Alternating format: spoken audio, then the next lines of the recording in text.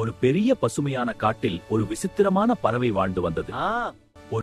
அதற்கு உடல் ஒன்றுதான், ஆனால் தலைகள் மட்டும் 2. அந்த 2 தலைகளும் எப்போதும் சண்டை போட்டுக்கொண்டே இருக்கும். இல்ல, நான் சொல்றதுதான் சரி. ஓ, பேச்சை யாரும் கேட்கல. ஒரு நாள் அந்த பறவை ஆற்றங்கரைக்கு சென்றது. திடீரென ஒரு இனிப்பான பழம் கீழே விழுந்தது. இது ரொம்ப சுவையா இருக்கு போல. ஆஹா, என்ன ஒரு சுவையான பழம். எனக்கு நானும் சாப்பிடுறேன். முடியாது, நமக்கு ஒரே வயிறு தானே, நான் மட்டும் சாப்பிடுவேன். சரி, சமயம் வரட்டும். சில நாட்கள் கழித்து அங்கே ஒரு பழம் இருக்கிறது.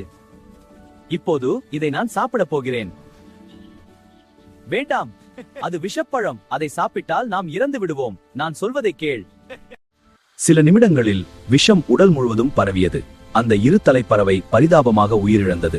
ஒற்றுமை இல்லாவிட்டால் தனக்கே அழிவு நேரிடும். மறக்காம லைக், ஷேர், சப்ஸ்கிரைப் பண்ணுங்க.